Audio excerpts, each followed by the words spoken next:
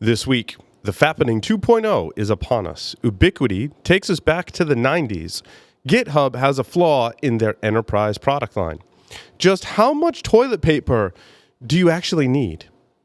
Hijacking Windows admin sessions, Intel launches a bug bounty program, and 318 vulnerable switches, and escaping VMware. Expert commentary this week from Don Pezet from IT Pro TV, who's coming on the show to talk about creating secure online backups. All that and more on this edition of Hack Naked News.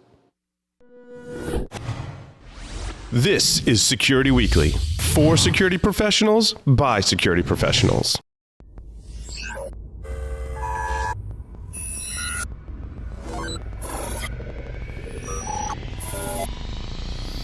Broadcasting live from G-Unit Studios in Rhode Island, it's the show that brings you the security news each week. And despite popular belief, we do wear pants. It's Hack Naked News.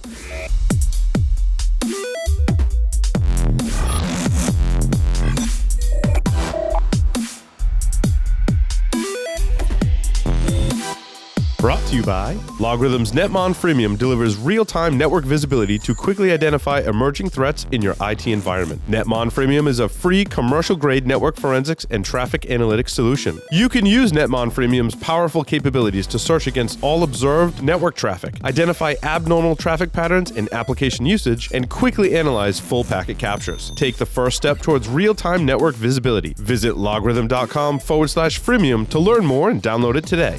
IT Pro TV, an easy, entertaining approach to online IT training. Stream over 2,000 hours of up-to-date, high-quality video content live and on demand. For a free 7-day trial and for a limited time, get 50% off a monthly membership for the lifetime of your active subscription. Visit itpro.tv/hacknaked and use the code HN50.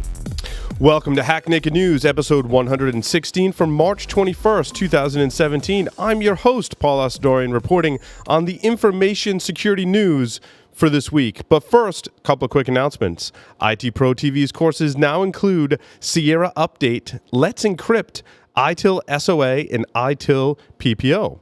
Premium annual memberships include all video content as well as access to virtual labs and Q&A forums.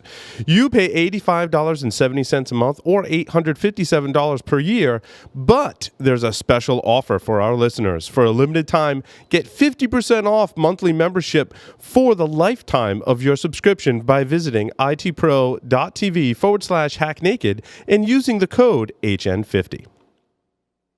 The InfoSec World 2017 conference is being held April 3rd through the 5th at the Omni Orlando Resort in Champions Gate in Orlando, Florida. Security Week listeners receive 10% off the conference or World Pass when using the code OS17-SW. Hear talks from Kevin Johnson, Rich Mogul, Cory Doctorow, and more. Visit infosecworld.misty.com to register today. The Fappening 2.0 is upon us. The list of targeted celebrities in the Fappening 2.0 naked pictures and videos for the leaks are growing. The recent additions to this list are celebrities like WWE star Paige, actress Dylan Penn, and Arrow star Katie Cassidy. Just like the initial leaks, the dump surfaced on 4chan and soon spread to Reddit, though Reddit, I believe, is taking measures to take down these pictures as they are being posted. As dangers like the Fappening are bound to get scarier in the future, people can ensure their security by doing some simple precautions. Here's the thing, and there's a lot being debated on this actually right now. In fact, some experts from Security Weekly have just posted some late-breaking information about how the laws are actually treating some of these breaches, and maybe we'll talk a little bit about that in our expert commentary. I mean, suffice it to say, not putting naked pictures of yourself on a device such as your phone is probably a good thing to do to protect yourself from these type of attacks. However, recent information has come to light that some of these attacks happen by someone breaking into your computer, enabling the webcam on your laptop, or breaking into surveillance cameras or other such nefarious means, which completely changes the tone of this entire conversation. However, I still do caution people about this type of attack, and to protect your privacy of whatever information you're putting on your devices, choosing good passwords and using two-factor authentication really helps in many situations that cause this type of information and pictures and so forth to be leaked online. Ubiquiti has had some drama lately. They're taking us back to the 90s. They were in the news this week when a remote command injection flaw was found in 44 affected products running AirOS. There was some drama as Ubiquiti initially marked this issue as a duplicate, then promised a patch in future stable releases.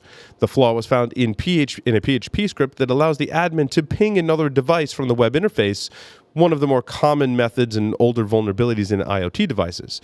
In this case, the PHP server dates back to 1997.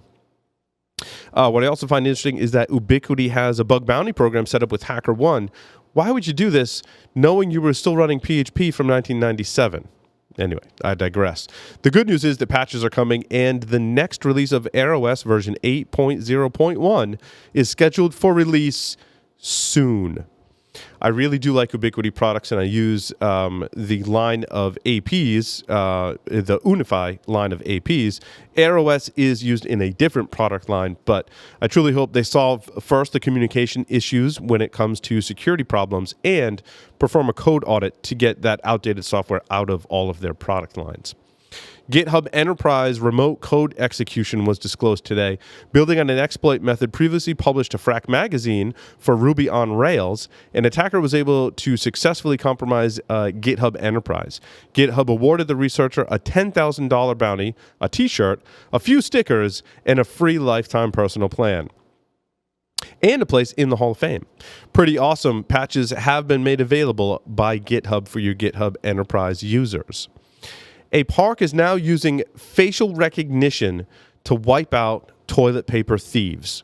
A popular park adjacent to a popular tourist attractions in Beijing, China, has installed devices in the restrooms to limit the consumption of toilet paper. Apparently, elderly residents were snatching up large quantities of said toilet paper and using it in their homes, just like the salt and pepper at the restaurant and stuff. The solution was, of course, a facial recognition IoT device that admits exactly 60 centimeters of toilet paper. If you want more, you have to wait 9 minutes per person to get some more toilet paper. I want to know who had to figure out that 60 centimeters of toilet paper is the appropriate amount. They did not disclose how they came up with that particular number. It'll also be interesting to see when these devices are hacked and how a hat and sunglasses could fool the device so you can get more toilet paper. In all, I think it's a pretty crappy situation for tourists. Local Windows admins can hijack sessions without credentials. Researcher Alexander Korsnikoff on Friday published a report in which he describes how we could locally and remotely via remote desktop protocol access other user sessions, even if those sessions had been disconnected for some time, with one command. What does this mean? After verification from other security researchers in the community familiar with this type of attack, it means full-blown RDP session hijacking with a single command. Korsnikoff has not reported this bug to Microsoft or a bug bounty program because it exploits a design flaw, so he just went public with it. A flaw in the system in so many ways. Let's hope Microsoft gives us a patch soon. Yeah. I couldn't say that with a straight face, obviously, after the non-existent February 2017 Patch Tuesday with no explanation debacle. Intel touts bug bounties to hardware hackers. This is good. The chipmaker has partnered with specialist bug bounty outfit HackerOne to create a scheme that aims to encourage hackers to hunt for flaws in Intel's hardware, firmware, and software. Intel will pay up to $30,000 for critical hardware vulnerabilities, less for firmware or software holes. The more severe the impact, the more the researcher gets paid. However, the security products from Intel, McAfee, are not in scope. A simple command allows the CIA to commandeer 318 models of Cisco switches. Cisco researchers said they discovered the vulnerability as they analyzed a cache of documents that were believed to have been stolen from the CIA and published to WikiLeaks a couple of weeks ago. In there, they found at least 318 switches allow attackers to execute code that runs with elevated privileges. Cisco warned in its advisory they published last Friday. The bug resides in the Cisco Cluster Management Protocol, which uses the Telnet protocol to deliver signals and commands on internal networks. It stems from the failure to restrict Telnet options to local communications and the interconnect processing of malformed CMP-only Telnet options. Cisco and network operations groups have been criticized for using Telnet in the past, but really don't believe the hype in this case. While Telnet is being used, it's to support clustering. Proper systems administration deems that you apply ACLs, so only the switches themselves, in this case, may access the Telnet protocol to provide the clustering functionality. Patches will be made available, Cisco said, at an undisclosed date. You want to audit your network for usage of this protocol and apply the proper ACLs even when you do, in fact, have a patch. Hackers escape VMware virtual machine isolation at the Pwn2Own event. Escaping from a guest operating system to a host operating system has been done before, and many security researchers have been set to tackle this problem. Two teams at CanSec West Pwn2Own this year did just that, using one team using 3 chained exploits. That was Team Sniper, were able to escape from the guest machine to the attached host system. For its efforts, Team Sniper was awarded $100,000.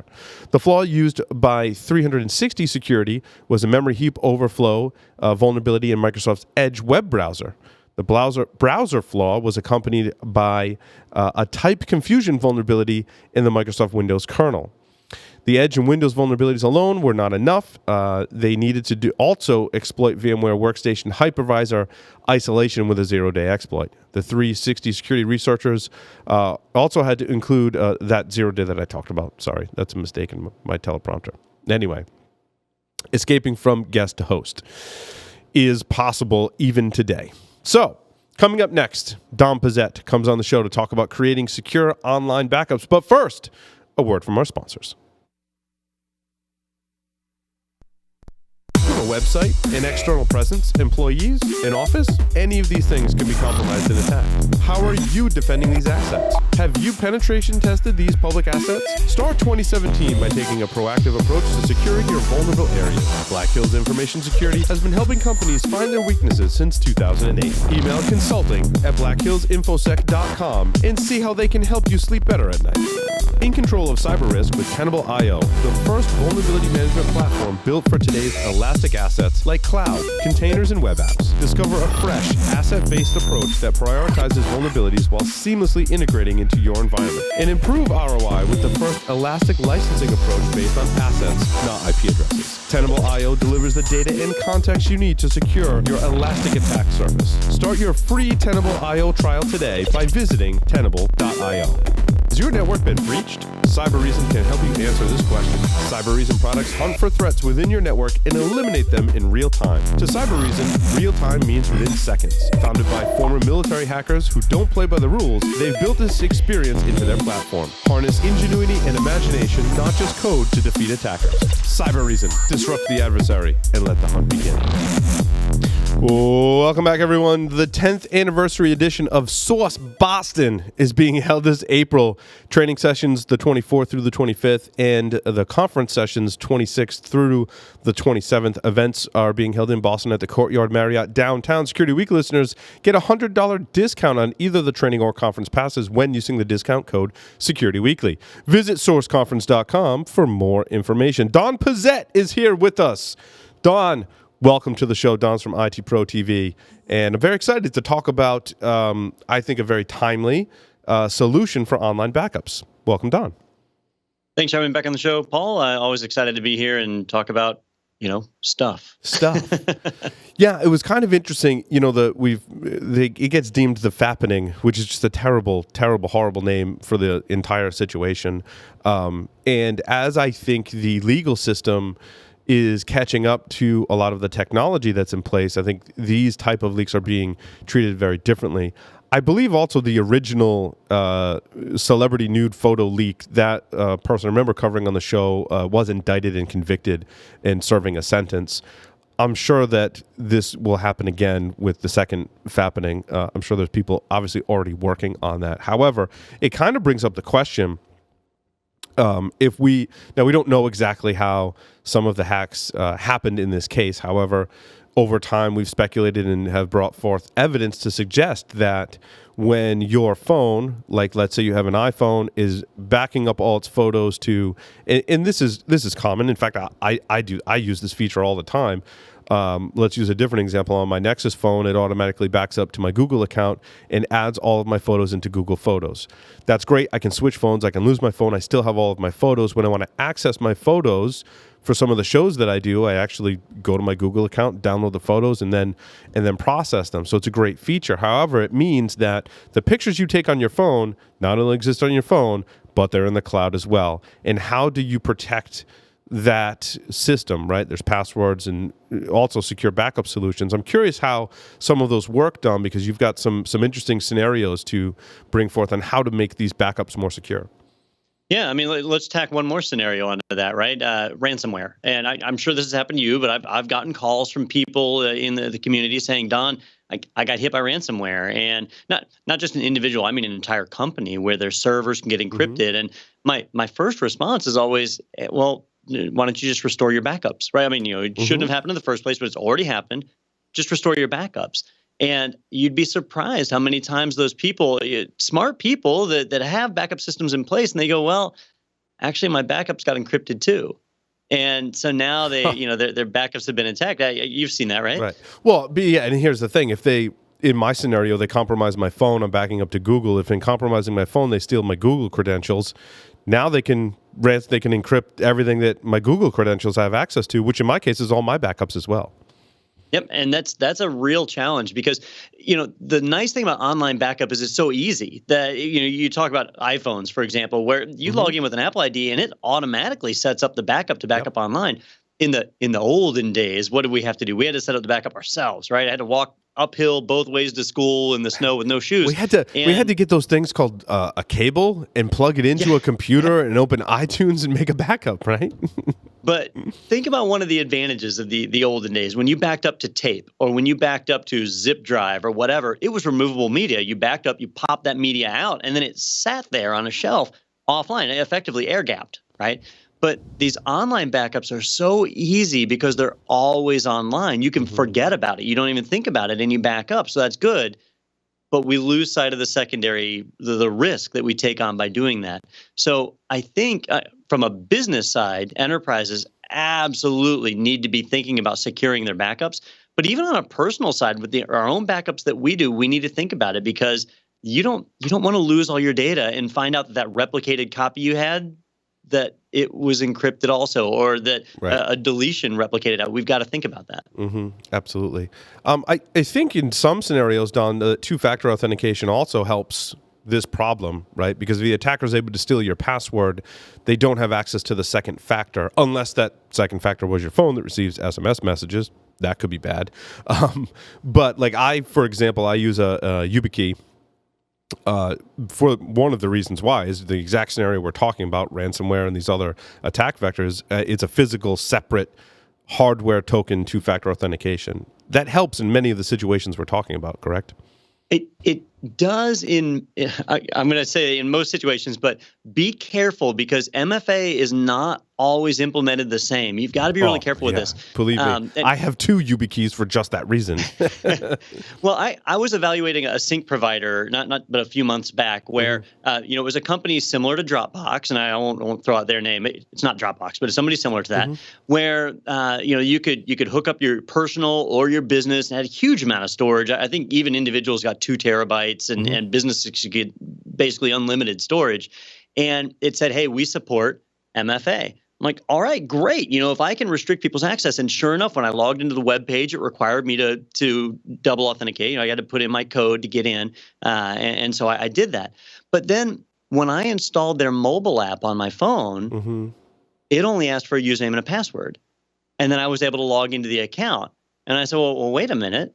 I have MFA turned on my account, and the mobile app didn't ask for it. That means there's an API vector open in that storage that didn't require MFA, which invalidates the whole thing. So I reached out to their support. That's incredibly difficult to figure out as well, because some of the YubiKeys will have NFC and compare with your phone, but then it's up to the apps that have to support that Right. And then you can trust devices in certain systems. Like I can tell Google, like basically trust my phone, and it never asked me for two-factor. So yeah, you're right. There's holes in my logic. Yeah. And so in the scenario that I was describing, what that vendor was doing is they were requiring MFA only for when you modified account settings. Like if you wanted to change your password or change your email, you had to do MFA. But as far as access to your files, it was still just username and password. You would generate a token and access it. An attacker could easily exploit that. Yeah, absolutely. So Don, you're going to do a technical segment on backing some stuff up to S3. So talk about why that is a good solution for the problem we're discussing. Okay, so when it comes to an online backup, there are features, things like MFA, that we need to look for, that we need to make sure that we're able to protect access to our systems. And MFA is a great start, right? So I can't just use a keylogger and get somebody's password, that if I perform any action against their storage, I've got to provide it. Or at a minimum, things like deletes, right? We don't want people to be able to delete our backup or change it.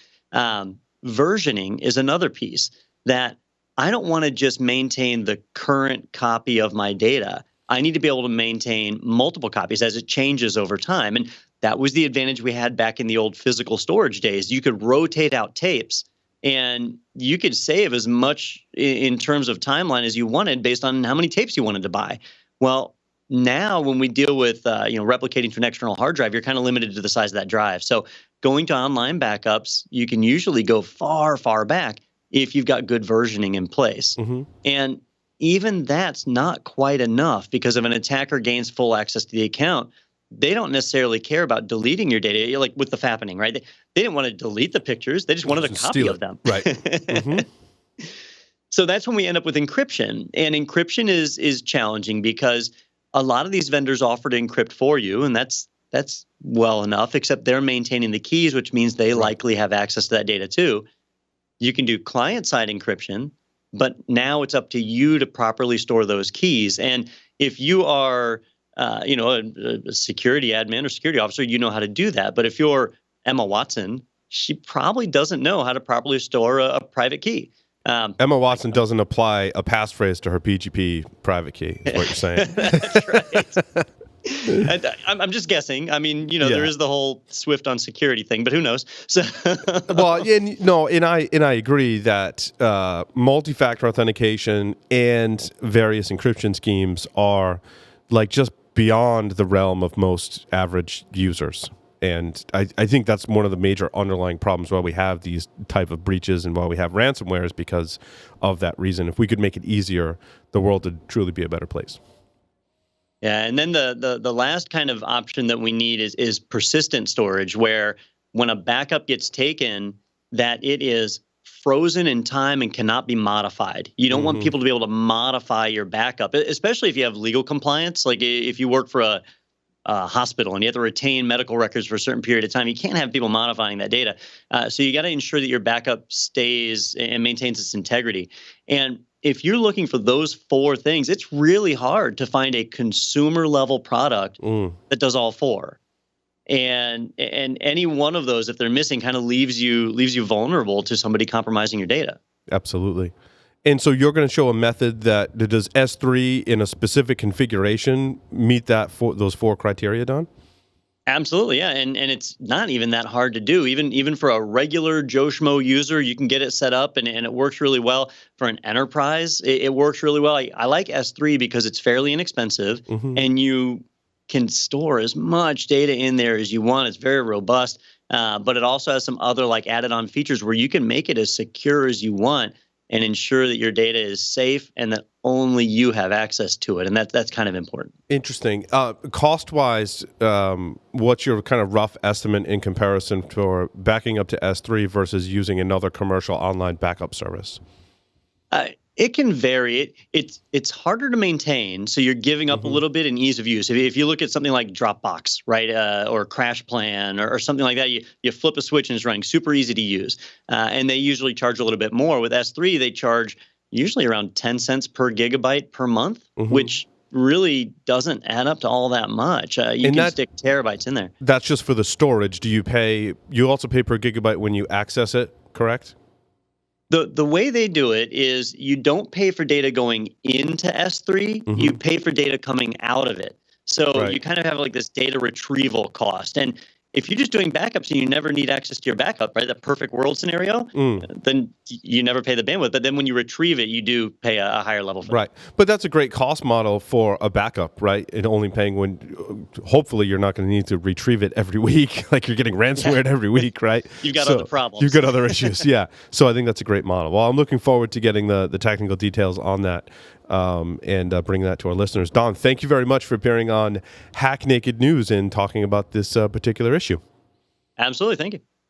With that concludes this edition of Hack Naked News. See everyone next week.